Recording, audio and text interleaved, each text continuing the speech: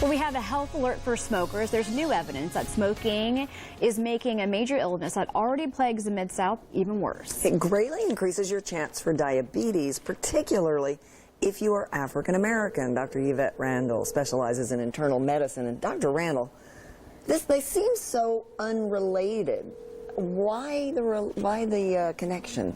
Well, just another reason for us not to smoke. Well, that's a good point. And we know that nicotine itself can create some cardiovascular risk. One is inflammatory problems. And what this study showed was that those individuals who smoke have more visceral or abdominal fat. We hear Oprah talk about the pear versus the apple. So they're shaped like an apple. And we've always known that the abdominal fat increases your risk of having diabetes. So the smokers have more visceral fat. They just have an additional risk. That fat in and of itself in the abdomen creates some problems with the regulation of the hormones that help us with glucose.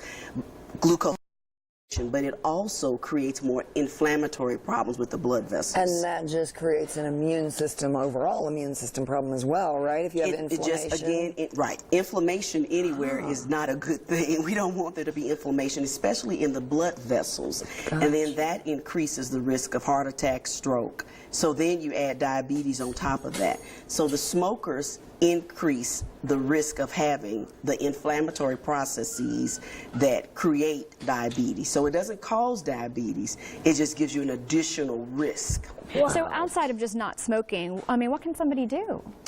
Well, eat better. Eat better. I tell my patients every day, I say the same thing. At the end of every office visit, I say, so I'm down to this.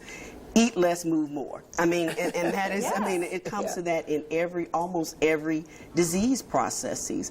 And we know there's a high genetic propensity to type 2 diabetes, and that's what this study is talking about, type 2 diabetes. But some of that genetic predisposition is your predisposition to eat like those folks who raised you. And so having a healthier diet, a lower fat, but for diabetics specifically, lower carbohydrates. And I tell patients those are the white foods. So bread, rice, pasta, sugar. If it's chocolate, it has sugar in it. I know it's not white, but, you know, sugar. Right. And so, I know. And that's why, you know, the Atkins diet became so popular, because it was a low-carb diet. I'm not advocating more meat, but advocating less carbs. So eating less, moving more. So plant-based diet as much as possible, even though there's natural sugars in fruit. So some people say don't eat too much fruit. Right. We're not going to ever say don't eat fruit, but there are fruits that are higher in some sugars, and I tell people the ones that have the highest sugar, they taste the sweetest. It's obvious, you know, oranges, grapes, you know, but those that you bite into is what I tell my patients are the ones that are safest.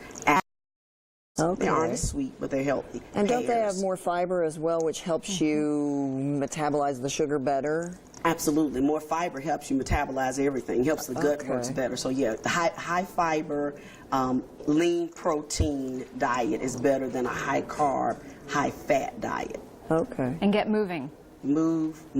Even just park a little bit further and walk to the store. Take the stairs. I even tell my patients, if you have lots of females, when you're doing the laundry, instead of taking the entire basket in the room and putting it up, make yourself walk farther. Take the towels, put them up, come back, then get the, you know, the rest of the laundry. Do what you can do. But again, we're back to the point of the study is not a good reason to smoke, especially for African Americans. It increases the risk significantly. Just thank you. Cut it out. Thank you so much. I appreciate it.